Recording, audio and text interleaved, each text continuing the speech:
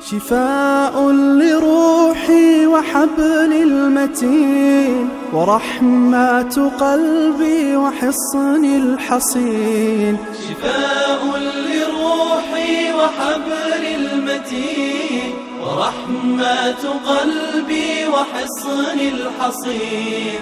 وأمن حياتي وخير الدليل إذا تهت يوما مع الحائرين. فقرآننا هدينا والحبور وبشر يسلي الفؤاد الحزين. وفي الليل عند احتلاك الظلام سيبزغ منه الضياء. أعوذ بالله من الشيطان الرجيم. بسم الله الرحمن الرحيم. الحمد لله والصلاة والسلام على رسول الله وعلى آله وصحبه ومن والاه. أما بعد.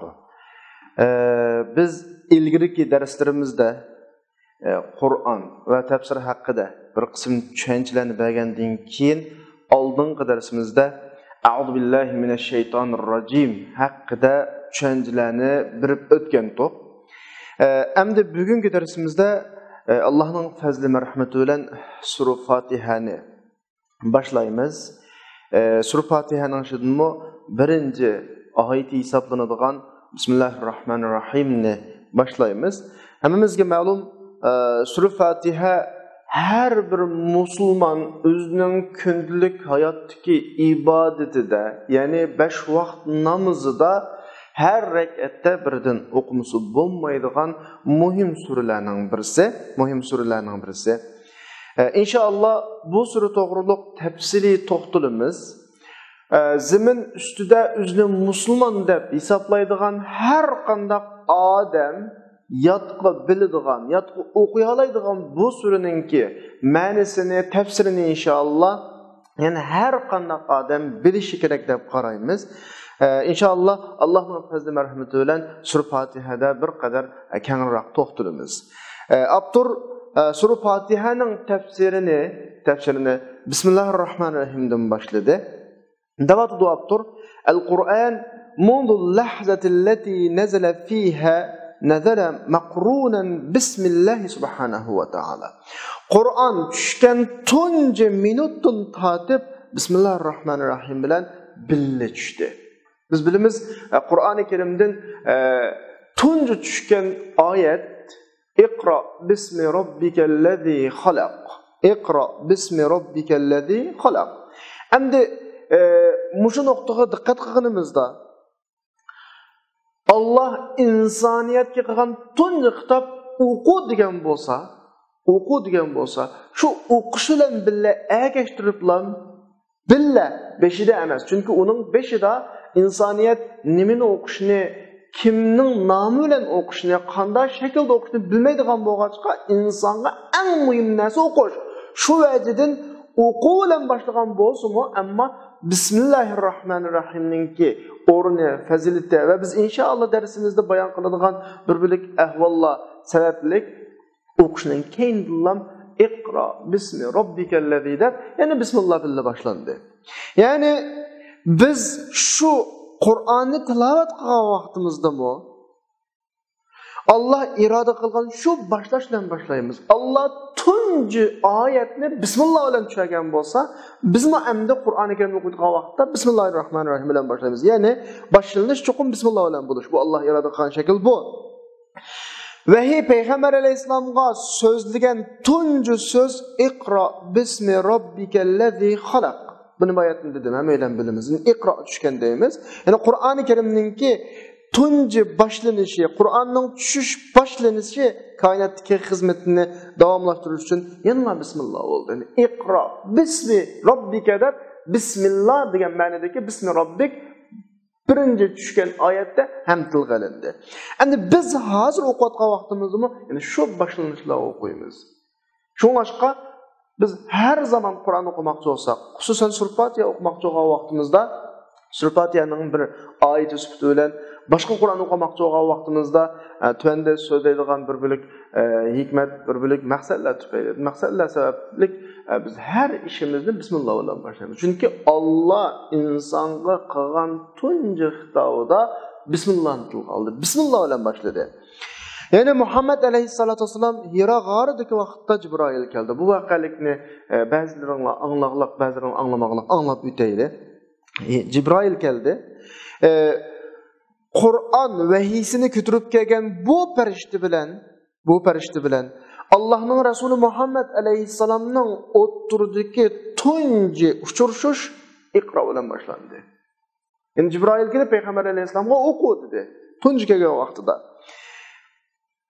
Hamda o'qi deganlik, Jibrayilning payg'ambar alayhisalomga qilgan bu xitobi insonning o'zi yodlaydigan bir narsani yodlay oladigan bo'lishi yoki o'qiydigan oldida yozilgan bir narsaning bo'lishini talab qiladi. Ammo Rasululloh o'qiydiganga bir narsani yodlagan emas. Yoki o'qib birdiganga oldida kitobni yo'q Rasulullohninki. Kitob bo'lgan taqdirda va hatto law kana amamahu kitob bo'lgan taqdirda payg'ambar alayhisalom ummi ham bilan bilimiz savotsiz o'qiy olmaydi, yoza olmaydi. Yani, عندما قال جبرائيل عليه الصلاة والسلام اقرأ o'qi degan vaqtida payg'ambar alayhisalom ma ana biqari dedi. Yani o'qiyamayman dedi.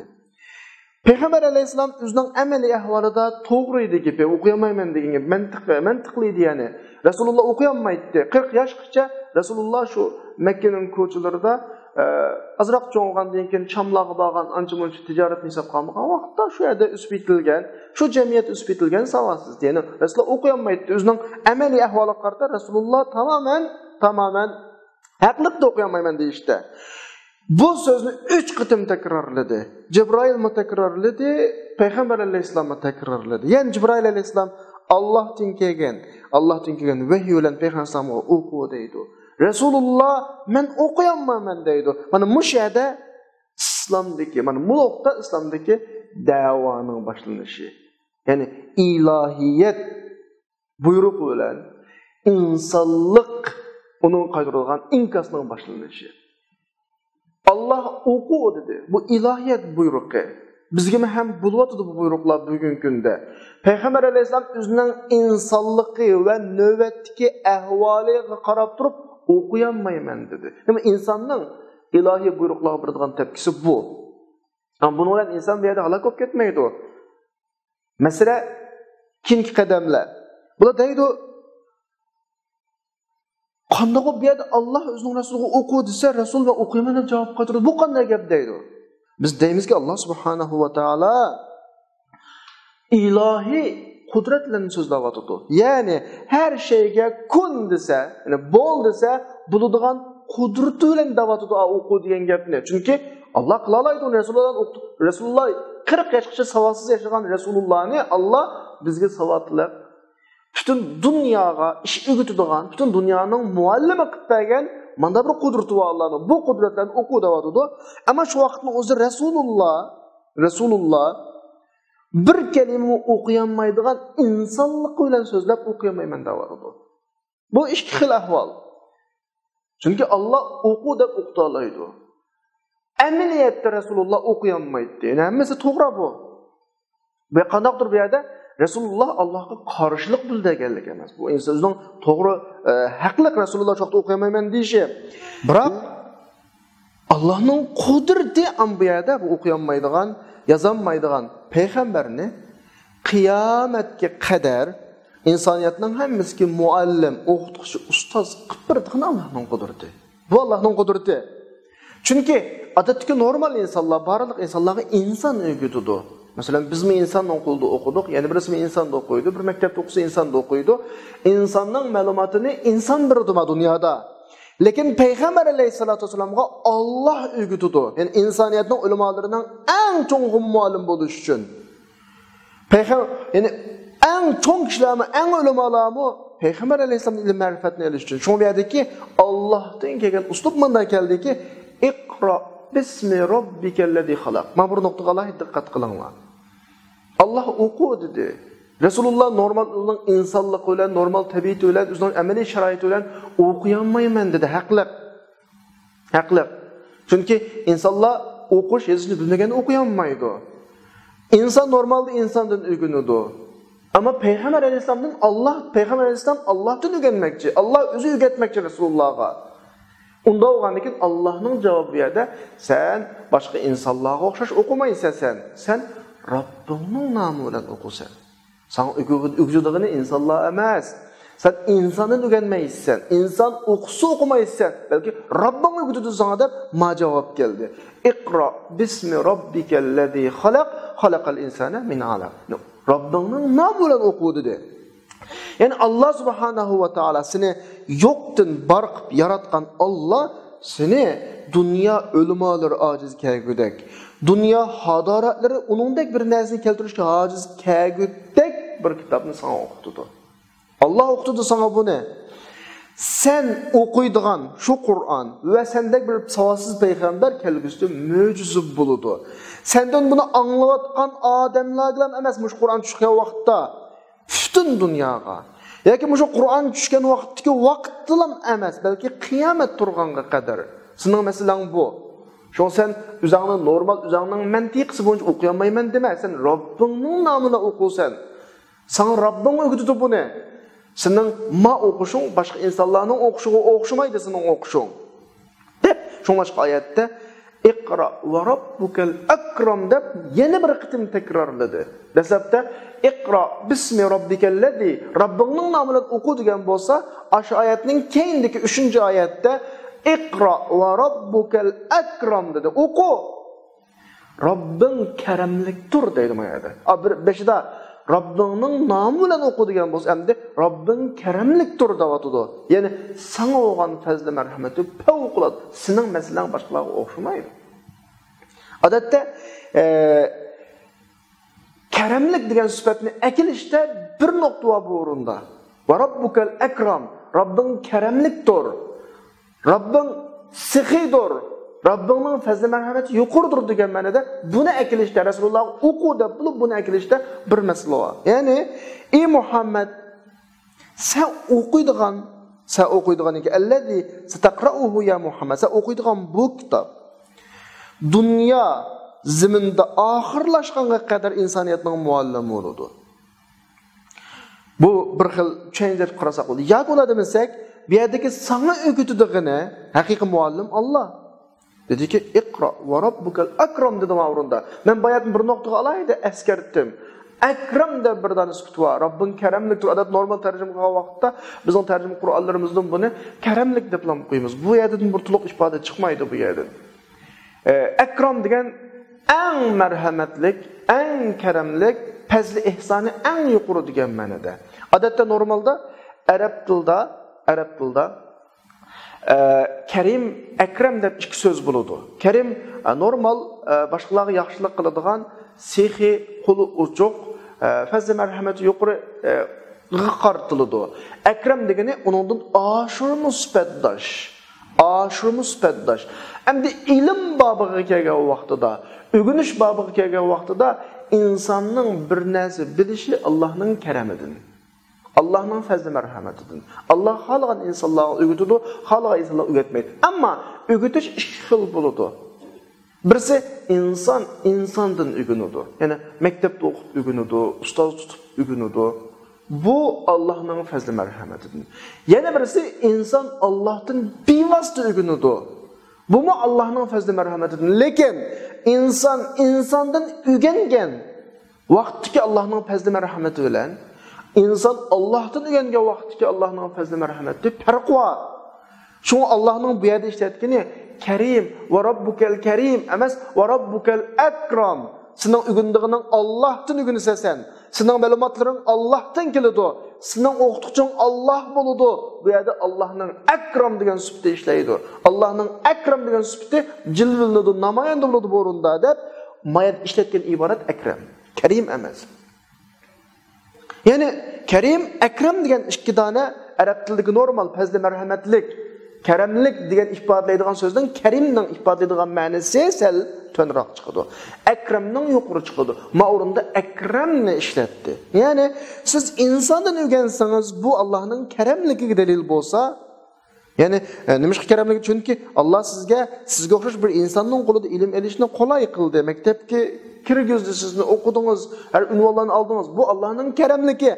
Ammo sana o'rgatadigan zot Alloh bo'lgan vaqtida Alloh karimlikdan o'tib, karimlikdan o'tib akram bo'ladi u vaqtida. Ya'ni bir qadar shakl, ifoda shakli bir qadar mubolag'lashgan yana. Karimdan akramga o'zgarganda, chunki Robbingiz sizni o'zi o'g'itadigan, li yuallimaka huwa subhanahu va taala. Alloh o'g'itadigan darajada bir daraja ko'tardi. Darajatan aliya yana. Normal bir odam o'qib, doktor professor bo'lib qolsa, Allohning fazli marhamati, ya'ni Allohning karimligi bu. Ammo Alloh o'zi bevosita ma'lumotni berib, xuddi payg'ambar alayhisalom u vaqtda Allohning akram sifatini qo'llangan. Shunga aytdimi? Iqra va robbukal akram deb akramni qo'llanishining sababi dal payg'ambar alayhisalomning ma'lumoti, Rasulullohning bilimlari insondan kelmaydi, Allohdan keladi. Shunga o'xshash iborat iqro bismi robbikallazi xalaq. Xalaq degani Alloh barcha narsani yaratgan Alloh senga o'rgatalaydi. Sen shu Allohning nomi bilan o'qiysa, xotirjam bo'l. Sen o'zingga qarab turib o'qiyamayman deb o'ylama, o'qiysan sen. Va robbukal akramki sening o'qiydiganing Allohning favqul addi fazli marhamatidan bo'ladi. O'qiysan sen, o'qisan deyotdi Alloh. Yani Allah subhanahu wa ta'ala bu yerda bizni payg'ambar alayhisolatu vasallamningki qiroatni bilganligi uchun o'qimayotganligiga bilganligi uchun binasini o'qib, o'rganib o'qiydi emasmi? O'rganib o'qimaganlik uchun o'qimayotganligiga shart qilmayapti. Lekin bir nuqtaga diqqat qilinglar. Ya'ni bu yerda Alloh subhanahu va ta'ala bizni payg'ambar alayhisolatu vasallam Qur'onni o'rganib, boshqalarning qiroatni o'rganib, o'qish yozishni bilib, o'qi yo'q, o'qiyamayman degan nuqtada emas bu masala, bu xil shaklda emas deganga bizni diqqat qildiryapti bizni. Shuningga qaratyapti bizni. Lekin payg'ambar o'qimaydi Qur'onni. Bir nuqtaga diqqat qilinglar. Inna Muhammadan sallallohu alayhi vasallam la yaqra'ul Qur'an li'annahu ta'allama. Rasululloh Qur'onni o'qish yozishni bilganligi uchun o'qimaydi. O'zi dedi Rasululloh ma ana bi qari dedi ya iniqla. Balki Rasululloh Qur'onni Allohning nomi bilan o'qiydi. Ya'ni Rasululloh o'zi o'rganib o'qimaydi, Allohning nomi bilan o'qiydi. Madam Rasulullohning Qur'onni o'qishi yoki o'qishi Allohning nomi bilan bo'lgan ekan, payg'ambar alayhisolamningki insondan o'rgandim bu muhim emas. Chunki Allohning ilmi hammaning ustida. Chunki hozir o'qitayotgan Allohning ilmi bütün insoniyatning ilmining saviyasining ustida. Bu bo'lgandan Rasulullohning burun savossiz bo'lmaganligi muhim emas. Biz bir gapni deymiz, davomli Rasululloh savossiz o'qimagan deymiz. Mayda inchki nuqtadan birisi bor. Rasululloh payg'ambarlik kelishdan ilgari savossiz. Rasululloh payg'ambarlik kelishdan ilgari o'qimagan. Ammo payg'ambarlik keldi, Rasulullohning o'qituvchisi Alloh bo'ldi. Rasulullah'ның öğretçisi Allah oldu. Şundan tatip Rasulullah'ның məlumati, Rasulullah'daki bilim, Rasulullah'daki hukum, mərifət bütün dünyaya yetküdek, bütün dünyaya ustazlıqdek derecede köpeydi deyen gep. Özümüzdeki pekkereyli, onun üstüge biz Kur'an'ın talavatını Bismillah ile başlayalım. Hazır Bismillah'da getivatımız demez mi? Allah subhanahu wa ta'ala Qur'onni bizga tushirib berdi. Qur'onni bilib tilovat qilishimiz bizga qulay qildi. Anda o'g'ay ekan, mayli bu yerdagi bilim nuqtasidan, qudrat nuqtasidan o'qiy olishimiz, tushunish olishimiz qudrat nuqtasidan yoki ma'rifat nuqtasidan masalaning hammasi Allohga tava. Anda o'g'an ekan, biz tabiiyki Qur'on o'qigan vaqtida Qur'on bizga tushagan, Qur'onni bizga o'rgatgan, Qur'onni bizga bildirgan Allohning nomi bilan boshlashimiz ajablanarli emas. Alloh Qur'oni Karimda qul law sha'allohu ma talawtuhu alaykum wa la adrakum bih faqat labistu fikum umra min qabli afala ta'qilun. Payg'ambar alayhisolamning tili orqali ey Muhammad siz ulardan Alloh xohlagan bo'lsa men bu Qur'onni sizlarga o'qib bermaydim, o'rgatmaydim. Aramada necha yil tug'angan men acaba buni o'ylamamsizlar? 40 yoshgacha eg'zimdan bir harf chiqib baqqan anglab baqqanmisizlar? Ma'vo degan Allohning ilmi bu. Alloh buni tushirish orqali, men orqali sizlarga yetkazib buni. Buni nima ish qo'yilmaysiz deb Qur'on davotidi ma'ni. Ya'ni o'tib tursin biz Qur'onni o'qishlarimiz yoki boshqa ilm ma'rifatlarning hammasi kim tomonidan? Alloh tomonidan. Undan keyin bismillah bilan boshlashimiz tabiiy. Shunga sen Qur'oni Karimni bismillah bilan boshlaysan. Chunki Alloh subhanahu va taolo sana Qur'onni kalam sifatida, tushirilma sifatida, qiroat sifatida qulay qildi. Hamda müşekeke vaqtida biz bir savol paydo bo'ldi kallamizga. Ya'ni biz faqat Qur'onning tilovatini Allohning nomi bilan boshlash talab qilinamdi bizdan. Ya'ni biz shundan boshlandik yoki har qanday ishni bismillah bilan boshlamamiz desa, buning javobi biz har qanday ishni Allohning nomi bilan. Hozir ham biz Qur'on ustida bo'lg'achqa uning gibini qilyapmiz emasmi? Ammo amaliyotda har ishni Allohning nomi bilan boshlash talab qilingan bizdan. Chunki biz cho'qim Allohning koinotdagi atasini ehtirom qilishimiz kerak. Ma'nodagi bir nuqtani tushundinglarmancha, Allohning nomi bilan boshlayman degani mush ish sen bilan bo'ladi deganlik bo'ladi. Bu ish sening atağın bilan bo'ladi deganlik bo'ladi. Bu ishning boshlanishi sen bilan boshlandi, oxirlanishi sen bilan oxirlashadi deganlik bo'ladi. Biz Qur'onni Alloh tushirdi, Alloh o'rgatdi deb turib bismillah bilan boshlagan ekanmiz. Boshqa har qanday ishlarimizni Allohga nisbatan Alloh bilan boshlaymiz. Ya'ni masalan biz bir yani teriga vaqtimizda, masalan bug'doy teriyli yoki boshqa ziroatlarni teriyli cho'qim bismillah bilan boshlaymiz. Chunki biz teriyotgan bu zaminni biz yaratmadik. Biz selayotgan shu uruqchini biz yaratmadik. Ziroatlarning unib chiqishi uchun osmondan suvni biz tushamidik. Zamin Allohning, uruqchi Allohning, tushgan suv Allohninki. Bularning hamda bir kelib shu uruq yerga moslashib, suv buningga ta'sir ko'rsatish orqali unadigan butun jarayonning hammasi yana bizning emas, bizga oid emas. Undan keyin bir dehqonchilik qilmoqchi odam aqallis bismillah bilan boshlaydi. Chunki uning ishining hammasi kim bilan boshlanadi? Alloh bilan boshlanadi. Masalan, qulig'i bir ketmanni tutib turgan bir dehqonni desak, uruqchini yerga tashlagan dehqon desak, bu mush dehqon zaminning o'ziga olgan turlari, uruqchining moddalari, suv shu tuproq kirgandan keyin ziroatlarning o'sib chiqish uchun ta'sir ko'rsatadigan qiladigan ishlarini eng bilmaydigan odam bo'lishi mumkin. Dehqondan siz so'rasangiz, yana nimalardan tuzilgan, yana ilmlari nima desangiz, hech nima bilmaydi. Uruqchi to'g'riliqmi, hech nima shu qildi bug'doy yo qo'noq deb turudamdi u. Sunimi ham bilmaydi. Suv zaminga kirgandan keyin tuproqda aralashib, nima ishlar, nima o'zgarishlar bo'lib, oxirida o'sib chiqadiganligini ham bilmaydi. Demak, uning hech qanday bir ishi yo'qki. Shu urug'ni to'kka tashlab qo'ygandan boshqa hech qanday uning ta'siri yo'q u ishlarga. İnsan qilayotgan barliq ish, bu odamning qiladigan barliq ishi nima desangiz, Alloh tarafidan yaratilgan bir fikr va kallista. Ya'ni mush uruqchini yerga tashlasam, unida deydigan shu fikrini Alloh tarafidan yaratilgan bir moddada ishlatyotadi xolos. Qo'lidagi uruqcha, zamin, suv, mushunga kelib, mush uruqni yerga tashlasam, ustiga suv tashlasam, unida deydigan Alloh ish qilyapti, boshqa ish yo'q. Ya'ni Alloh bizning badanimizda yaratgan bir kuch-quvvat va uruqni akilib, tashlab, sug'urib degandek, mushu energiya bilan ash ziroatni o'nish uchun shunday ish qilyapti. Insonning qildig'ini bu. Uruqni akilib, yerga tashlab, unsullam deyish, undan boshqa butun jarayon u xavassizki uningda nima ishlar yuz beradi. Insonningki zaminni mevani berishga majburlash huquqi yo'q, qudrati yo'q. Cho'qim bir yil sen menga mahsulot bersa deyolmaydi. Donningki o'sib bir daraxt bo'lish uchun bir donni yaratish qudrati yo'q insonningki. Osmondan suvni tushish kuchi yo'q. Demak, insonning qo'lidan hech nima kelmaydi. Ammo o shu uruqchini yerga tashlagan vaqtda bismillah deb boshlagan vaqtda xuddi bu ishlarning hammini, ya'ni xuddi zaminni bo'ysundirib bergan Alloh bilan, uruqchini bo'ysundirib bergan Alloh bilan, suni bo'ysundirib bergan Alloh bilan qilayotgandek bir xil holat bo'lmoqda. Bir uruqdan birini yerga to'kib tashlab bismillahir rohmanir rohim degan vaqtida zaminning Alloh, uruqsining Alloh, susining Alloh, bularning o'zaro bir-birisiga ta'sir ko'rsatib unib chiqish hamsining sana topshadim, sen bilan boshlayman, natijasining nihoyatni sana qo'ydim deganlik bo'ladi bu insonning bismillah deganligi.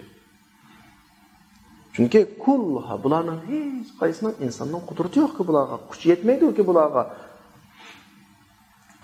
İnsanның bu taq dairasida emas bu. Qudrat doirasida emas bu. Ya'ni bu yerda inson bismillah degan orqali bu narsalarning hammasiga shu narsalarni o'ziga bo'ysunib turgan zotning nomi bilan kiryapman. Uruqni Allohning nomi bilan tashlayapman. Buni Alloh topshirdim degandek bir xil e'lon bu. Mushta e'lon qilgandek bir ahvol deyqan. Alloh subhanahu va taolo bizga koinotni bo'ysunib berdi. Buningga nurg'un dalil yetakchilarni berdi. O'ylamayki koinotda sizning kuchingga qo'ydi, o'ylamay inson sen.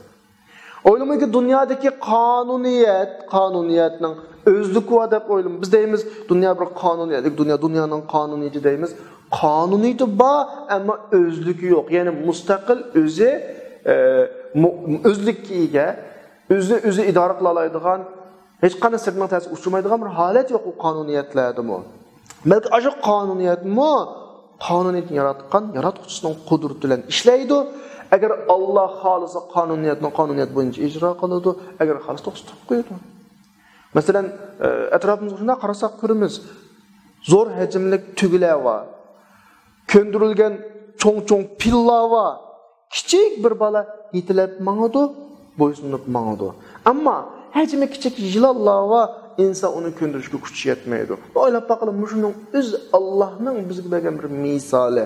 Agar biz qudratimiz bilan qila oladigan shu qolsa shu ko'ndirish ishlarini yoki bu yerda bir qonuniyat bo'lib qolsa boshqa ajilonni ko'ndirish hajmi kichik bilamiz uni hajmi kichik bo'lganligi uchun pilni ko'ndirishni qulay bo'lishi kerak asli. Lekin Alloh subhanahu va taolo bu yerda cho'ng pil bilan kichik bir yilonni bizga bir misol qilib berishni iroda qildi dunyoda.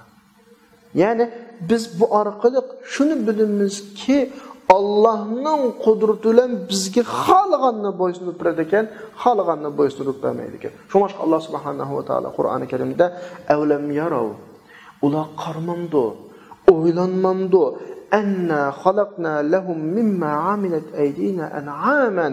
Biz ularga nurg'un hayvon chorvalarni yaratib berdik. Fahum la malikun. Bular buni kontrol qilib boshqalaydi, bular egisi buni va zallalnaha lahum. Biz bo'ysundirib berdik. فَمِنْهَا رَكُوبُهُمْ وَمِنْهَا يَأْكُلُونَ. Bazısını minidu, bazısını yeydi deb Qur'onda aniq dedi buni. Demak, mushuni o'zi bir yilon bilan bir pilga qarasaqlar, biz naqadar masalaning oddiy ekanligini tushunib olamiz. Masala bizdagi masala emas, bizning qudrat, bizning kuchimiz yoki bir qonuniyat masalasi emas. Bu yerda sirtdan bizga shuni shu xil shaklda uriladigan bir kuchning borligi. Cho'ng bizni bir dasablam shu mijivitidigan narsalarni bizga bo'ysunib bergan, ammo kichikgina 10 sm keladigan, 20 sm keladigan, hatto 20 metr kelmaydigan kichkina narsalarni biz qo'qib qochadigan bir xil holatni shakllantirib qo'yganlikning o'zi bizga ajoyib bir eskartma, bir ogohlantirish, bir misol bu. O'ylashga to'g'ri keladi. Demak, biz bu hayvonlarning bizga bo'ysunishi amaliyotda Allohning bo'ysunib turish orqali qandaqdir o'zimizning kuch-quvvat orqali emas ekanligini bila olamiz bu yerdan. Alloh subhanahu va taolo bir zaminga yomg'irni mo'l tushirib turdi. Ulamolar, olimlar deydi-ki, bu degan koinotning qonuniyati, dunyoning qonunlariga yuz bergan osmondan yomg'ir tushdi, unudi deydi. Ammo Alloh bizni ma gapning xatoligiga qaratadi endi bir yerlar. Ya'ni ba'zi qurg'oq mavsumlar keladi, bir temitim yomg'ir tushmaydi. Biz bu yerdan shuni bilib olamizki, yomg'ir koinotning qonuniyati bo'yicha tushmaydi, ammo koinotning xoliqining irodasi bilan tushadi. To'g'ri. Agar koinotlarning o'zini, qonuniyatlarning o'zi, dunyo qonuniyatlarining o'zi ishlaydigan bo'lib qolsa, ma qonuniyatni shu qurg'oq mavsumlarda bekor qo'ygan kim o? Kim amaldan qoldiradi dunyoning qonuniyatini, tabiatning qonuniyatini? Lekin xalqning irodasi, Allohning irodasi qonuniyatning ustun turadi. Agar xolisa qonuniyatni ishlaydigan qiladi, agar xolisa ishlamaydigan qiladi. Demak, har shay koinotda Allohning ismi bilan bo'ladi-ki, Alloh har shayni bizga bo'ysundirib bergan. Alloh birdig'ini, Alloh tuzdig'ini, hatto insonning ma'lum darajada ixtiyorlik va ishladimi shunda. Qur'oni Karimda bu haqda Alloh subhanahu va taolo lillahi mulkus samawati val ard. Lillahi mulkus samawati val ard. Osmon zaminning butun idorachiligi Allohning. Yakhluqu ma yasha. Xalqini yaratadi.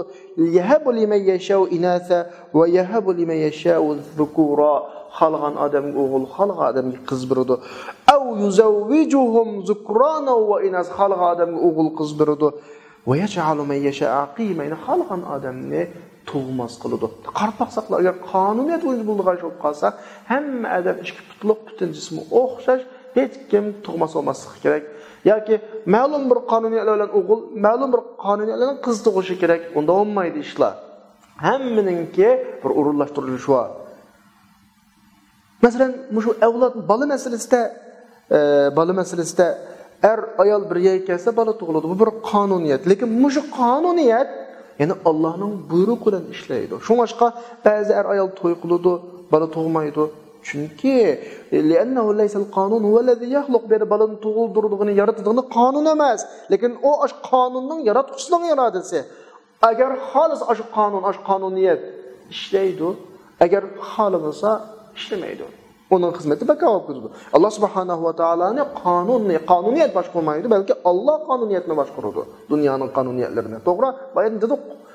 Er ayol to'y qilsa, tug'ish bu bir qonuniyat. Ammo mushu qonuniyat Allohning irodasi bilan ishlaydi, Allohning irodasi bilan ishlamaydi. Yani shunaqla Alloh subhanahu va taolo o qonuniyatlarning ishlamasligiga ham qodir. Ishlaydigan va ishlamaydigan qilib o'tishga ham qodir. Alloh subhanahu va taolo mushning qodir bo'lgandek yana qonunlarni butunlay bekor qilib o'tishga ham qodir. Normalda qonuniyatdan sirt qonuniyat bo'yicha faqat aqlga uyg'un bo'lmagan ishlar yuz beradi. Masalan, Zakariya alayhisolamning qissasiga kelsak, Maryam alayhisolamga kepillik qildi. Maryam alayhisolamning qishig'iga kirib turadi, ehtiyojli narsani olib kelib turadi. Va dakhala alayha liyajida 'indaha ma lam yahduruhu laha. Bir qatim qishig'iga kirib, akapamagan bir qism narsalarni ko'rdi. Masalan, meva deb qaraladi. Yazda qishning mevalarini, qish yozda mevalarini. Buning turmushiga Zakariya alayhisolam kepillik qilgan bo'lg'achqa lozim etiladigan hammasi Zakariya alayhisolam akab berdi. Ammo bunda kirsa, hech o'zi akapamagan narsalar uning qishida bor. So'raydida, qala, so'ramdi bu yerdalikki Maryam alayhisolam naytib pak o'zining shu bir uyisidan sirtqa chiqmaydigan abida mulazima limihrabiha degani o'zining uyisidan chiqmay o'tiradigan bir abida ayol. Taqvo u sirtdan biroz bilan aloqalashib bir narsa akab berish yo o'zi chiqib bir narsa aglishi mumkin emas. So'dida qala ya Maryam anna laki hada. Qur'onda tilg'anilgan qissa bu. Hey Maryam, nereden keldi dedi. Endi biz darsimizning oldingi qismlaridan deb o'tgan Qur'oni Karim bir qissani bizga bayon qilsa, iyadagi falonining bir o'tgan kechmishlari yoki o'tgan hayoti yoki musibatli hayoti yoki xushalik hayotini bizga deb berish yoki Yusuf alayhisalom bilan yana birisininki oshiq mashhuqlik yoki muhabbat hikoyasini deb berish masalasi emas. Bu yerda bir narsalarni o'rgatyotdi. Mushada Zakariya alayhisalom Maryam alayhisalomning qishig'iga kirib, "Ya Maryam, men nereden keldi sana? Buni men akapamagan, sen sirtqa chiqmagan" deb bir oldin birini qo'ydi Qur'onda. Buni bizga dedi Alloh. Buning javobini ham berdi. Bu yerda nima demoqchi desa, odatdan tashqari ishlar bo'ladi. To'g'ri, dunyo qonuniyat bo'yicha aylanadi. Dunyodagi ishlar sabab qonuniyatchi bo'lmaydi, ammo Alloh sabablarning ustunda. Xolis sabablar ishlaydi, xolis ishlaydi. Hatto sabablardan tashqari, sabablardan hal qilgan ishlarni yuz beradi. Buni bizga depamoqchi Qur'on. Ya'ni Alloh subhanahu va taolo bizga mushu shaklni beryapti oyatda. Halbuki Maryam o'zining axloqi, ibodati, taqvoli bilan hech qanday shubhi yo'q uning shubhining ustida hech kim gumonlanmaydi. Lekin koinotni buzadigan bir ish u bo'lsa-mu, shu bir narsalarga erishayotgan kishining qudratiga munosib kelmaydigan narsaning manbasidan solmaslik. Bir necha xil hukm bo'ladi. Maryam alayhisalom akrammaydi bu narsalarni. Nereden keldi deb so'rash. Masalan, biz hozir ketayotgan temadan alqiblan bir narsa Alloh nereden keldi deb so'rash bir mas'uliyat. So'maslik ig'ir mas'uliyatsizlik, jamiyatni buzayotgani dalil shu masala. Masalan, ona dadiningki o'zining normal maoshi darajasi bilan mos kelmaydigan pullarni xarjlayotganini ko'radi. Qizininki o'zining darajasi, o'zining chiqimidan ko'p narsalarni olib kiyayotganligini ko'radi. Ya'ni pullar kirimdan ortiq xarjlanadi. Balığı bergan puldan ortiq chiqimlar balaning qo'lida qilinadi. Agar ana dadadan ya qizdan "Men sana nereden keldi" deb bir savol sorsa, jamiyat buzilmaydi. Bu bir mas'uliyat. Bu suraning bizga berayotgani bu. Ammo buzilish nereden keladi desa, bizning harom moldan ko'zimizni yumishtirimizdan. Atrofimizdagi kishilar pullarni xarjlayotdi, kerim yo'q. So'maymiz, nereden keldi mo demaymiz. Balamiz biz bergan chiqimdan ortiq pulni xarjlayotdi. Bir narsalarni ko'tarib kelyotdi o'yga, so'maymiz. Ayol balavoqlarimizda biz bergandan ortiq pullar olib qoladi, so'maymiz. Er öyge özünün kiriminden artıq pulunu götürüp keldi. Ayol kishi so'maydi, nereden keldi bu deb so'maydi. Jamiyat mishadin buzuldi. Qur'on bizga dal mushini da'vatida mush oyat orqali. Aminatda Maryam alayhisolamning pokligi masalasi bu shubhisiz masala. Zakariya alayhisolam so'mi Maryam alayhisolamdan hech qanday masala chiqmaydiganligi aniq, lekin so'rayotdi. Qur'on bizga buni da'vatida. Ana bu jamiyatdagi buzilishning oldini olish uchun har bir musulmonning bo'lish tegishlik mas'uliyatning kichik bir kartinasi. Endi gapimizga kelsak, Maryam alayhisolam nima deb javob qaytardi bu savolga? Masala muhim masala. Ya'ni bu yerda biz demak to'g'rimiz bu. Qalat huwa min indillah innalloha yarzuqu man yasha bighayri hisab. Ya'ni ishni Allohning qudratiga qo'yib qo'ydi. Odatda qonuniyatdan xalqagan bir qudratni ifodalayotgan Maryam alayhisolam. Bizda do'qbayatning yoqi dunyodagi har şey qonuniyat bo'yicha mang'adi. Har ishlar qonuniyat bo'yicha ijro bo'ladi. Har ishning bir sabablari bo'ladi. Ammo Allohning qudrati qonuniyatning sirtida bo'lib, xolisa mang'durdi, xolisa to'xtatdi. Hatto qonuniyatdan sirt ishlarmi Allohning qudrati bilan bo'ladi. Deyotdiki, Allohning qudratining mutlaqligi normal bir qonuniyat hukmronlik qilolmaydi. Ya'ni bu yerda normal qonuniyat bo'yicha hech kim bir narsa akab bermasa, Maryam alayhisolam uydan chiqmasa, uyga bir narsani kelib qilishi normal ahvol emas. Ammo Allohning qudrati unga qodirda. Maryam alayhisolam Zakariya alayhisolamni qudratining mutlaqligiga qaratdi. Bu yerda bir mutlaq qudrati bor deyotdi. Bu bir masala. Bu bir misol. Yana bir misolga kelaylik. Zakariya alayhisolam Robbiga mutlaq qudratdan boshqasi kalkamaydigan bir masala haqida duo qildi. Normalda sabab qonunida birinchi bo'lmaydi ham duo ish. Ya'ni bu bir qira buvoy, ayolatiga qir mo'may, tug'mas, bola istedi. Balası bo'lish uchun buning bir sabab qonuniyatlar bo'lish kerak. Yosh bo'lish kerak, uni qani urg'ib turish kerak. Ayolimi yosh bo'lish kerak. Har holda qanday olsun bir tug'digan bir holat bo'lish kerak. Necha ömrde yaşadı, necha yillar yaşadı, yaş holatlarda tug'madi. Bu normalda koinot qonuniyatiga qarshi bir ahvol. Chunki tug'ish yosh vaqtida bo'ladi. Er cho'ngaysa, ayol cho'ngaysa tug'maydi u. U ayol tikidan tug'mas bo'lib qolsa, texnik bundan fema balik degini o eşimlik olmaydı hem de onunla. Yani bu yaş vaqtida iri yaşap tug'madi. O iri buvoy ayoli mo'may o'qigan vaqt qanday tug'sin? Bu insoniyatni hukm qilayotgan, insoniyat yashayotgan, insoniyatni boshqarayotgan qonuniyatga qarshi bir masala. Normalda unda bo'lmaydi. Lekin Alloh subhanahu va taolo qonuniyat bo'yicha bir ishlarni qilish va uning qarshisi bo'yicha bir ishlarni qilishga qodir. Shunga Zakariya alayhisolamga bola berishni xohladi. Balasi bo'ldi. O'g'li Yahya alayhisolatu vasallam Zakariya alayhisolamga rizq qilib berildi. Bu hikoyani Alloh bizga Allohning qudratining mutlaq ustida ekanligiga, hatto sabab qonuniyatining ustida ekanligini ifodalash uchun berildi Qur'oni Karimda bu hikoya bizga. Bikoga berilmaydi-da. Demek kainattaki her şey Allah'ın namı bilen buludu. Allah bilen buludu. Allah bilen tutudu. Allah'ın izni bilen buludu.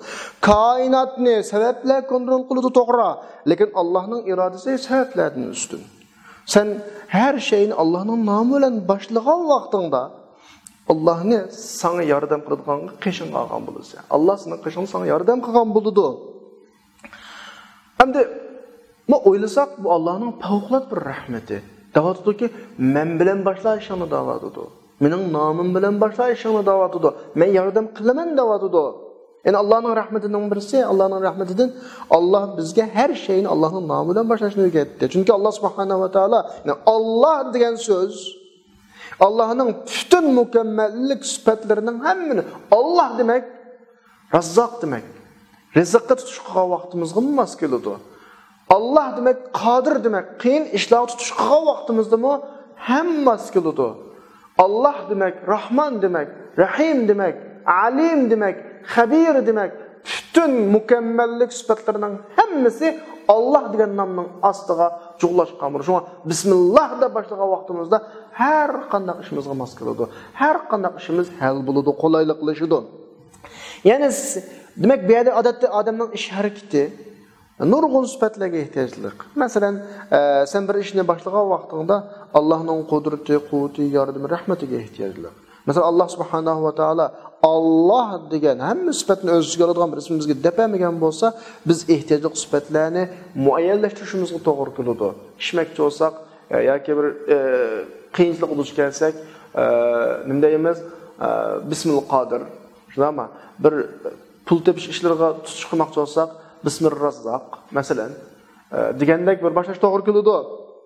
Biz masalan Bismillahil Qavi, Bismillahir Razzaq, Bismillahil Mujib, Bismillahil Qodir, Bismillahil Nafi degandek ondan boshqa biz yordam talab qilmoqchi bo'lgan asmo sifatlarni qo'shish to'g'ri keladi. Lekin Alloh subhanahu va taolo bizni Bismillah, Bismillah, Bismillah deydigan qildi. Bismillah hamma sifatlarni o'z ichiga olgan bo'ladi. Chunki Alloh degan so'zning ichida bütün Allah'a layık mükemmellik sifatlarının hemmisi müşun tahtiga daxil. Endi biz müşahede azraq bir to'xtab o'taylik. To'xtab o'tishimiz kerak. Ya'ni Allohning nomi bilan o'zining ishini boshlamaydigan insonlar var dunyoda. Dunyoda Allohga ishonmaydigan dinsizlar, kafirlar guruhi var. Andikin mu'minlar guruhi var. Ma Allohning ismi bilan ishlarini boshlamaydigan odamlar bunu faqat moddiy tarafdan ko'zlaydi, endi dunyolik tarafdan ko'zlaydi. Ya'ni bu mu'min bo'lmagan inson o'zining ishini Alloh bilan boshlamaydi, Alloh bilan boshlamaydi. Mu'min inson o'zining har ishini Alloh boshlaydi, zihnida Alloh va ammo ikkilisi dunyodan tang oladi. Bir do'konchi va mu'min, bir do'konchi va g'ayri mu'min. Mu'min bismillah deb ochadi.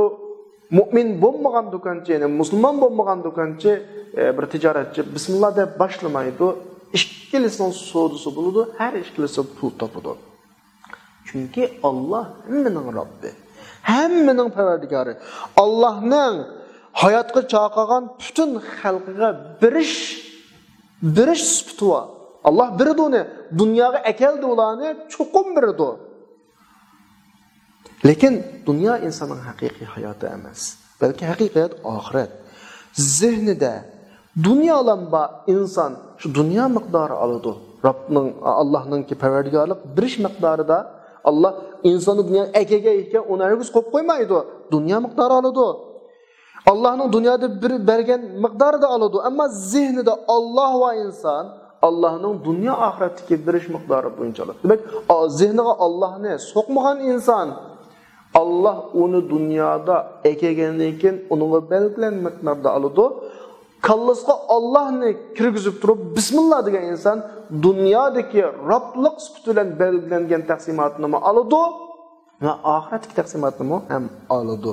Şunlar Allah subhanahu wa taala bu haqda Elhamdülillahi'llezî lehu ma fis semawati ve ma fil ard ve lehul hamdu fil ahire ve huvel alimul habir degan ayette Osman zimindeki barcha narsa onunga tavolgan zotga hamd sano bo'lsin.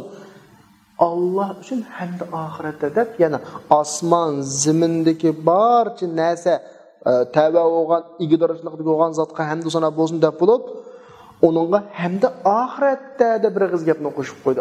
Oxiratda degani Allohning oxiratda ayrim bir taraf bo'ladi. Dunyoda hammaga o'xshash qonuniyat bo'yicha mu'min, g'ayri mu'min o'xshash oladi. Chunki o'xshash dunyoga chaqirildi ular. Alloh tarafidan o'xshash dunyoga akilindi ular. Undan keyin bularning o'xshash elish normal ahvol. Ammo oxiratga vaqtda valahul hamdu fil axira. Allohga oxiratda boshqadan hamdun sana o'qiydigan bir ne'matlar bo'ladi. Hamdi sana aytish, hamdu sana degan gapning o'zi Alloh bergan bir ne'mat bo'ladi. Chunki mu'min Allohga dunyodagi ne'matlarga qarata hamdi aytsa, ahiretde dozaq ve azaptan qutqizib jannatga kirgizgunga qarta qayta hamd aytdi. Yani demek Allah'a dünya ahirette hamd var. Peygamber Aleyhisselam bu haqda deydi: "Kullu emrin zibalin la yebda'u fihi bi bismillahirrahmanirrahim aqta." Yani her qanday bir ish Bismillahirrahmanirrahim bilan boshlanmasa, huwa aqta. Yani o ishning ayığı chiqmaydi. Ayığı yok o işinin ki bereket yok.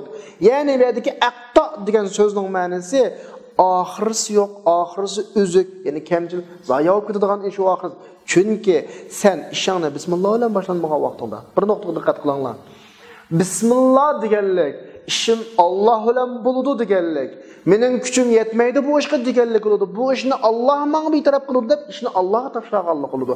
Ammo bismillah deganlik, men bu ishning sohibi, men bu ishni qilaman, mening kuchim yetadi deganlik. Demak, bu yerda sana g'urur, haddidan eshish kap qilishi mumkin. Ya'ni sen koinotdagi narsalarni o'zingga xizmat qildirish uchun bo'ysunding. Shunga bo'ysundi bular, mana shunda qilib etdim, aytib etdim, men qildim degandek bir xil tuyg'u kap qilishi mumkin. Ya'ni Allohning nomi bilan boshlagan vaqtingda, demak, unda o'g'andan keyin Allohning nomi bilan ishni boshlamagan vaqtingda oxiratda o'sha qarta mukofot olmaydi. Sen dunyodagi atog'ini oladiganingni ap bo'lgan bo'lsa, ya'ni oxiratdagi erishingni kesgan bo'lsa, uzgan bo'lsa bu bir. Yani agar sen dunyo oxiratdagi atoga erishmoqchi bo'lsang, o'g'andan keyin har ishqa bismillah bilan kel. Bismillah. Yani masalan, yeyishdan ilgari bismillah de. Chunki Alloh senga mush tomoqni yaratib rizq bergan Alloh. İmtihanga kirgan vaqtingda bismillah de. Alloh senga imtihondan o'tishga yordam beradi. Uyingga kirgan vaqtida bismillah de. Chunki Alloh senga bu o'yinni qulay qilgan Alloh. To'yga vaqt bismillah de. Chunki Alloh bu ayolni yaratib senga muboh qilgan Alloh. Her ishni qilmoqchi bo'lsang, bismillah bilan boshla. Chunki Alloh seni bu bismillah degan seni Allohning g'azab qiladigan har qanday ishdan to'smaydi. Yana bir muhim halqa bor. Bismillah deganlik, Allohning nomi bilan boshlayman deganlik seni Allohga bog'laydi emasmi? Sen mushunda deb odatlansang, qanday ish qilmoqchi bo'lsang, bismillah deb boshlansang, sen yomon ish qilmaydigan bo'lsa, Alloh yomon ko'rishni qilmaydigan bo'lsa, qanday? Chunki yomon ishni Allohning nomi bilan boshlag'ing kelmaydi. Masalan, Allohni g'azab qiladigan ishni bismillah bilan boshlayolmaysan. O'g'irlik qilmoqchi bo'lsang, haroq ichmoqchi bo'lsang, yoki Allohni g'azablantiradigan ishni birini qilmoqchi bo'lsang, Allohning nomini tilga olib, Allohni asliga vaqtingda cheklanasan uningdan. Sen Allohning g'azabini keltiradigan ishni Allohning nomi bilan boshlashdan hayo qilsa, demak, ishlarning hammasi Alloh senga yo'l qo'ygan doirada bo'ladi. Bismillahga odatlansang shu. Ammo odatlansang uni aksi bo'lib qilishi mumkin. Alloh subhanahu va taolo biz o'zining kalomini o'qigan vaqtimizda, bismillah bilan o'qigan vaqtimizda, ya'ni biz shu Qur'ondan iborat kalomni bismillah deb o'qigan vaqtimizda, shu Qur'on Allohdan deb o'qiymiz. Yani Allah o'zining koinotidagi haqiqiy ibodat qilinadigan iloh, yoki ma'bud, ibodat qilinadigan degan ma'nosi buyurgan ishlari qilinadigan, chekilgan ishga kelinmaydigan, ya'ni buyurgan ishni qiladigan, chekilgan ishni qilmaydigan zot degan bo'ladi. Biz Qur'onni qo'limizga olib bismillah degan vaqtimizda, bismillahirrohmanirrohim degan vaqtimizda biz e'lon qilib kirgan bo'lamiz Qur'onga. Ben mushu Qur'onga kirishda sana itoat qilaman degan bo'ladi. Qur'ondan qil desa qilma, qilma desa qilmayma degan bir e'lon bu. Ya'ni sen Qur'oni Karimga shu ibodatdagi Allohning atosi bilan yuzlangan vaqtingda bismillah deb shundami? Allohning qil va qilma degan buyruqiga itoat qilishdan yuzlangan bo'lsa bu yerda faka annaka tastaqbil Qur'on. Bismillah deganlikning bu bir e'lon sendan. Mana bu sen Rob iloh deb iymon etgan va buyurgan to'sqan ishlarda itoat qilishga va'da qilgan Allohning nomi bilan Qur'onni boshlashga maqsad. Bismillah bilan nima uchun Qur'onni bismillah bilan boshlaymiz? Maqsad bu. Ya'ni sen bismillah deb Qur'onga kirgan vaqtning o'zida va'da qilgan bo'lsa Allohga. Men sizga topshirdim o'zimni, sizning nomingiz bilan boshlayman. Mushu kitoblardan nima degan bo'lsa, qilma, qilma degan bo'lsa, qilmayman deb va'da bergan bo'lsa. Yani Allah'a bo'lgan ibodatingning taqozosi bilan uningdagi mazmunlarga amal qilish uchun sen kitobini o'qiysan uningki. Bu xil holat bu. Ya'ni yaratgan, paydo qilgan, hayotlik beradigan, jannat oladigan, dunyo oxiratdagi bütün ishlar uning o'g'an. Ve uning oldida qiyomat kunisi yaxshi qildingmi, yomon qildingmi hisob olish uchun turadigan mushu Allohning nomi bilan boshlayman degan bo'lsa. Demak, bu yerdagi başlanış Allah'tan nihayet Allah'a. Yani ben işimden beşini Allah bilen başlayma, ahirısını şu Allah bilen bulup dikenlik olur bu yerdeki mesele. Bazılar soraydı, ben bazı hata işlerini kılıp, xilaflık kılıp, Bismillah deyiş, Bismillah bilen qanday başlayma. Bu bir xil hicillik hizqan gapta bu. Bismillah deb qo'yib, keyin Allohga asi bo'lib, ba'zi xato ishlarni qilib qolsam bir xil boshqa bo'lib ketganman deydi ba'zilar. Biz deymizki, Qur'on o'qishdan hayo qilishdan saqlan. Asilik qilgan bo'lsangmi, bismillah bilan boshlashdan hayo qilishdan saqlan. Unda qilma, cho'qqin boshla. ولذلك أعطانا الله سبحانه وتعالى الحيثية التي نبدأ بها قراءة القرآن فجعلنا نبدأه بسم الله الرحمن الرحيم. Yani bir nokta mühim nokta var. Şunlaşık Allah subhanahu wa ta'ala bizge Kur'an'ı biz başlaydıgan ve onu Bismillahirrahmanirrahim bilen başlaydıgan bir tarafını biz verdi. Bismillah'ın ahirinde Ar-Rahmanir-Rahim deydigan bir sıfatını bildirdi. Ma'lum noktaga alayda diqqat qil. Sen hayo qilma. Bismillah desam qanday bo'la? Men xatolaşdim deb o'tma. Chunki Bismillahning oxirisida Ar-Rahmanir-Rahim deydigan bir taraf bor. Bu noktaga inchikliklarga diqqat qil. Yani Allah subhanahu wa ta'ala asidin voz kechmaydi. Onunga tövbening eshiklarini ochadi. Tövbege qiziq turadi. Bandasidan tövbe qilib Allohga qaytishni talab qiladi. Bendenin günahını mağfiret kıl çünkü Allah Rahman Rahim'dir. Medik bir mesele var. Nime için bizni her işte Bismillah ile başlasın degen Allah Bismillah'ın kendine Ar-Rahman Rahim bilen katıp koydu. Sen madem üzerine Allah'a etip ve Allah'ın bendisi işlerimini Allah'ın namıyla başlayayım de başlasan halas ondan ki ötüzüp kalan hatalıkına Allah Rahman Rahim degen yok buldu. Yani sen men asilik qildim, Allohning nomi bilan boshlayman deyishdim. Hayo qilma demasan. Chunki Alloh subhanahu va taolo har osiniki iymon sefiga qaytishni talab qiladi. Chunki Alloh Rahman Rahim. Qandoq bismillah deyman, tunugun bir xatoshni qilib solgan bo'lsam, degan vaqtda biz sana deymizki, Bismillahirrahmanirrahim de kendideki Rahman Rahimni qo'shibdi. Allah'ın rahmeti xalqining bütün günahını sig'dira oladi. Allah subhanahu va taolo bütün günahlarni mag'firat qiladi. Dediki Rahman Rahimning ma'nosini bizning tarjima kitoblarimizda Nayt shafqatlik va mehribon deb tarjima qiladi. To'g'ri, bu Rahima degan fe'lning yildizdan chiqqan bu shakldagi fe'llar arab tilida. Masalan, rahmat bu shu xil yildizdan ilingan so'z. Ayol kishiningki bola yotadigan Rahim deb qo'yamiz. Yani baliyatqu deb qo'ydi. Buning arab tilidagi ismi Rahim deb qo'ydi. Bu mush Rahima degan ko'kdan, shu yildizdan chiqqan. O'zi ara bir-birisiga qiladigan mehr shafqatni seyl rahmat deb bunday ifodalaydi. Mush hammasi tip yildizi bir so'z. Endi Allah o'zga sifat qilib ishlatishda Ar-Rahman Ar-Rahim ikki mubolag' sifatni ishlatdi. Yani ashrum sifatni ishlatdi. Yani buningdan Anının qo'sqidagi türelmenin o'rni olgan Rahimi mushu so'zdan chiqarilgan. Endi buning munosabatlariga qarasak, men bayatni dedim buni. Munosabatlari shafaqat, kuyinish, mehribonlik degan uqumida emasmi? Yani anının qo'sqidagi bu baliyatqo bu o'rinmi buningga rizq, hech qanday kuch-quvvat, hech qanday bir tadbir olmasdan keladi bu yerga. Yani aşu balaning üst yetilishi ehtiyojliq narsalarning hamini qulay topalaydi bu anının qo'sqida. Bu bir xil uqum, so'zlarning ishlatilishidagi. Bu hammasi Alloh subhanahu va taoladan rizq shaklida keladi. Bila ta'ab va la muqabil hech qanday mashaqqat. Biz uningga maxsus balamga deb bir narsa yemaydi ayol kishi.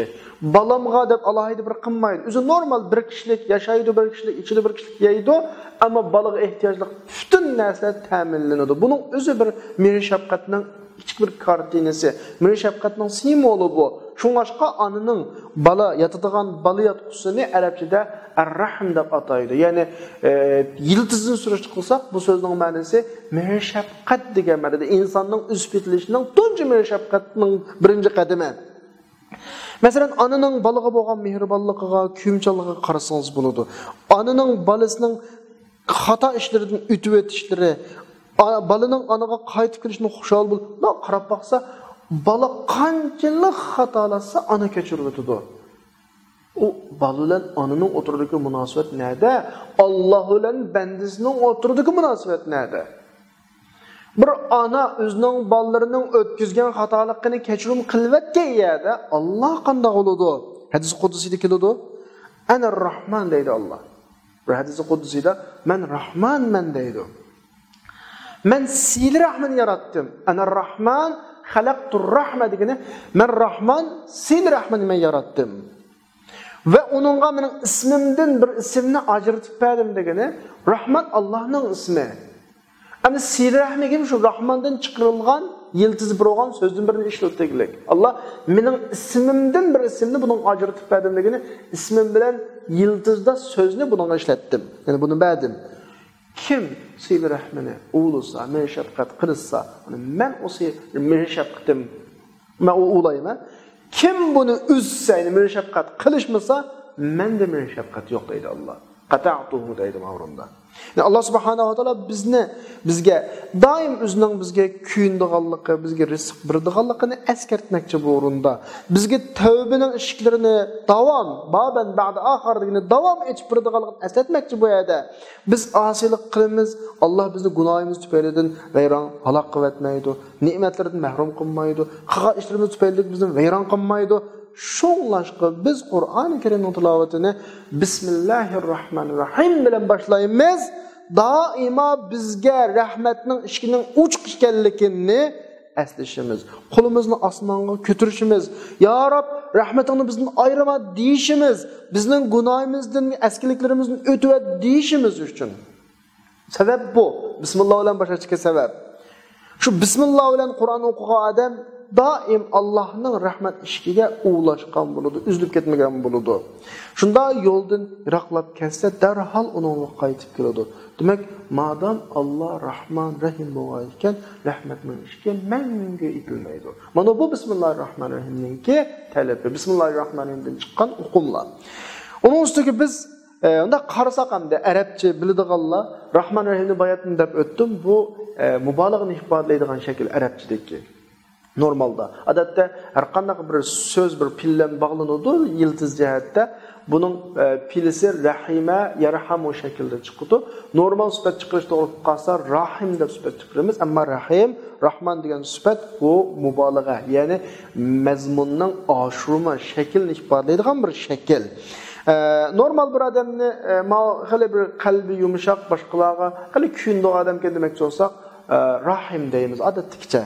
Adatda bunun da bir xil men şefqat hukumu buludu. Endi Rahman degan vaqtda fawqul atta men şefqatlik. Şoňlaşqa bizning Uyg'urcha Qur'onni tarjima qilgan vaqtda Bismillahirrahmanirrahim nahayt degan gapni qo'shib, nahayt şefqatlik va mehribon deb tarjima qiladi. Ya'ni bu shu sifatda, ya'ni men şefqat sifatida chekiga yetgan degan ma'noda, eng yuqori shakldagi, eng yuqori keng şefqatlik degandek ma'noda buni ifodalash uchun gapni ishlatib ketdim. Rahim degan vaqtida bu mu o'xshashlar, Rahmonga o'xshash, ya'ni nihoyatda shafqat qiluvchi, mehribon, rahim qiluvchi degan ma'noda. Demak, Alloh subhanahu va taolo Rahman Rahim. Buni Rahman Rahimdagi siyg'i mubolag'aning mazmunlarini o'ylagan vaqtimizda, ya'ni dunyo, oxiratdagi men shafqat qiluvchi degan bo'ladi. Dunyoda o'ziga xos shaklda men shafqat qiladi, oxiratda o'ziga xos shaklda men shafqat qiladi. Hattoki dunyodagi men shafqati mu'min kafir deb ayırmaydı hatta. Çünkü özü dünyaya ekegen insanlar olgandan keyin mu'min olsun, kafir olsun, onun hemmisiga men şefqat qiladi. Ama ahiretdeki men şefqati an özü va'da qilgan bo'lsa mu'minlarga bo'ladi. Allah subhanahu va taoloning sifatlariga ojiz, kuchning o'tirida egiz pas olmaydi. Endi qarasak, ananga şefqat qilibdi, menga bo'sha qilib qolarmi? Oldingi asrda obdan qilib ekan şefqatni, men şefqatni. Bizga sal bo'sha qilib qolar, unda olmaydi. Allah subhanahu wa ta'ala'nın sifatları bazıda az, bazıda köp keladi deb o'yinishdan saqlanish kerak. Mana tushunishdan saqlanish kerak. Allah mutlaq mukammal sifat egasi. Bu Allohning sifatlari mutlaq mukammal sifatlar. Lekin bu sifatning mutaalliqat, munosabatlik taraflari o'zgarib turadi. Qur'oni Karimda Allah innalloha la yazlimu mithqala zarratin dedi. Ma oyatga diqqat qilinglar. Allah zarrachilik zulm qilmaydi dedi. Ma oyat karima zulmni Allohdan butunlay inkor qildi. Endi yana bir oyatga qarab boqaylik. Va ma robbuka bizallamin lil abid.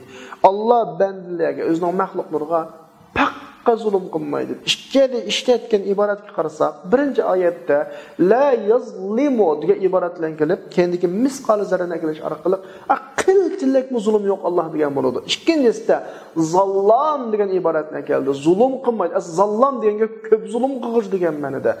Ko'p zulm qilg'ichi emas degan bu ozroq zulm qilib deganlik bilan albatta unda emas. Chunki keyinda abid degan bir so'z bor. Abtur buni tushuntirib, biz bu yerda mulohaza qilsak, zallam degan ashrum sifatida shaklni ishlatganini mulohaza qilsak, qattiq zulm qilg'ish degan ma'noda. Ya'ni bu yerdagi laysa bi zallam zulm qiluvchi emasligini, zulmni ham inkor qilmasdan, balki zulmdagi butun shu nisbatning hammani inkor qiladi. Ya'ni Alloh misqolchilik bo'lsin zulm qilishni inkor qiladi bu. Biz deymizki, balkim siz bu yerda ma'ni to'liq tushunmagan bo'lishi mumkin. Alloh subhanahu va taolo hech kim zulm qilmaydi. Bu birinchi oyat zulmni Allohdan butunlay inkor qildi. Zarrachilik bo'lsin bandaga nisbatan. Ammo ikkinchi oyatda banda demay bandalar dedi. Bandalar degan kim bo'lsa Allohning xalqlarining hammani ko'rsatdi. Endi o'ylab baqsak, ulardan har biri zarradan azroq zulm qilishib qolsa, bunda zo'r ko'p son bilan dunyoda hozirning o'zi tirik yashayotgan insondan 6-7 milliard insonlar va hayvonlardan boshqa vaqtda uning soni bo'g'ilmaydi. Endi Odam alayhisolamdan tortib qiyomat qilgan insonning soni texmi cho'ng. Har bir odam bir zarradan azroq zulm qilinib qolsa, zulm intayin ko'p bo'lib ketadi. Bunda bo'lgandan keyin bir ko'plik hukmi bor. Shunga labid deb kelgan mayadagi hukm. Yani bu vaqtdagi zulm intayin ko'p bo'lib ketadi. Law annahu qalil uning miqdori oz bo'lsin, lekin az zulm bilan zulm qilinganlarning soni favqulodda zo'r. Shunga birinchi oyat Allohdan zulmni butunlay inkor qilib, Alloh zarrachilik zulm qilmaydigan bo'lsa, ikkinchi oyat ham Allohdan zulmni inkor qildi. Lekin siyg'a mubolag'a nima uchun? Zallam degan iborat nima uchun ishlatiladi desa, bu dal oyat karima mas qilgan kishilarning sonining ko'p bo'lganligi, dunyoda odamning ko'p bo'lganligi uchun, son ko'p bo'lganligi uchun zallam Alloh hargiz zulm qilmaydi degan bo'ladi. Endi biz gapimizni bu yerda o'zimizning asli maqsadiga kelib bismillahirrohmanirrohim ustiga ketyapmiz emasmi? Bismillahirrohmanirrohimninki Rahman Rahimga kelsak, nati ba'dalik undan keyin Rahman Rahimga kelaylik. Rahman dunyodagi Rahmanni ko'rsatdi. Nimishqa Rahmanning o'ziga oladigan ma'nosi Rahim qilgan vaqtda ko'proq bo'ladi.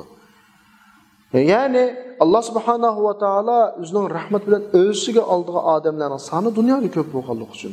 Chunki Allohning dunyodagi rahmati mu'minni o'ziga oladi, osiyni o'ziga oladi, kofirni o'ziga oladi.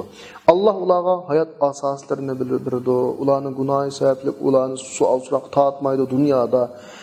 Allohga iymon etganlarga rizq beradi, etmaganlarga rizq beradi, nurg'un kishilardan afv qiladi.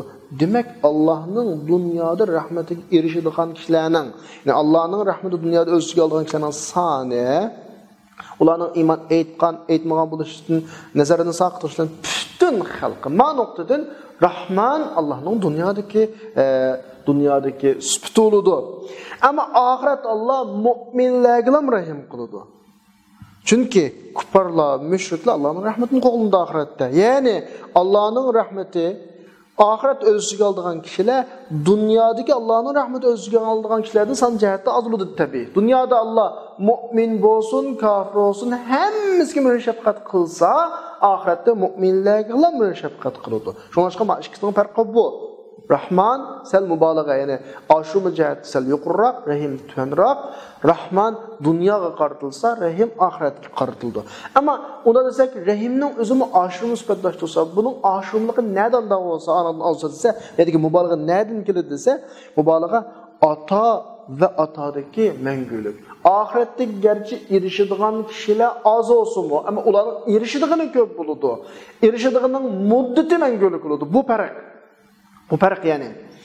Yani Allah'ın ahiretteki nimetleri dünyadaki nimetlerden en tayin köp. Yani bu yerdeki aşumluk, mübalağalık nimetinin köp ve mengülüklük gören. Çünkü dünyadaki mübalağa atanın umumiyle kulan olsa, ahiretteki aşumu süpetdaşlık, aşumluk atanın, mümin'e bırakılan atanın ki hususiyeti, nimetinin köplüğü ve mengülüklük gören buludu. Mengülüklük gören. Halasa şunu olan hem de biz Bismillah to'g'riliq gapimiz muaxirlashib qoldi. Bu yerda qisqagina bir datalash va ulamoning o'tirida. Ya'ni Bismillah o'zi mustaqil bir oyat bo'lib, har suraning 5-birdan kelamdi yoki sura Fatihaning bir oyatimi degan haqida ulamoning o xil bu xil fikrlari va Abdur intayin go'zal shaklda akaldi. Buni aytay xicham shaklda davatudi ulamolar Bismillahirrohmanirrohim haqida nurg'un ulamolar ixtilof qildi. Yana bu Qur'oni Karimdagi 113 surada bor. Mushu Bismillah shu suralarning oyatlaridan bir oyatmi? Ya'ni 113 suradagi har bir surada birdan oyat hisoblanadi. Ya'ni har sura Bismillahirrohmanirrohim boshlanadi.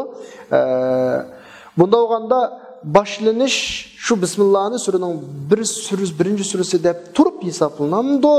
yoki bu bismillah sura Fatihadagi bir oyat deb hisoblanib, undan boshqa yerlarda surani o'tirdiki fasil bu haqda ixtilof bor. Bu ixtilof bizga nisbatan çok muhim emas. Ulamolar da'vatida Bismillahirrohmanirrohim Qur'onning ichidagi bir oyat. Ammo u sura Fatihadan boshqa hamma surada bir oyat hisoblanmaydi. Bir oyat emas. Faqat sura Fatihaning bir oyati. Qur'oni Karimda bir sura bor. Sura Bismillah bilan boshlanmaydigan. Qaysi? Sura Tavba. Buni bilishdik. Sura Tavba Bismillah bilan boshlanmaydi. Undan boshqa Bismillahning o'zi yana sura Namlda yana bir yerda Sulaymon alayhisolamning xatini Yemenning ayol podshosiga yetkazgan vaqtda xatning boshlangan yerda innahu min Sulaymon va innahu bismillahirrohmanirrohim degan mush xatda tilganladi. Demak, Qur'onda suraning o'ttirilgan yerdan birisi va qolgan bütün surlarda bismillah bilan boshlanadi. Sura Tavbadan boshqa bismillahning o'zining masalasi kelsak bir oyat, Qur'onning bir oyati. Ammo bu sura Fatihaga tava bir oyat, qolgan surlarningki bir oyati emas. Mush bo'yicha tushunsak bo'ladi. Shuning bilan bugungi sura Fatiha haqida so'zlaydigan darsimizninki bismillahga munosabat tarafimiz tugadi. Kelar soat inshaalloh alhamdulillahi robbil alamin degan ikkinchi oyatdan boshlab o'qiymiz. Va oxiru da'vana alhamdulillahi robbil alamin.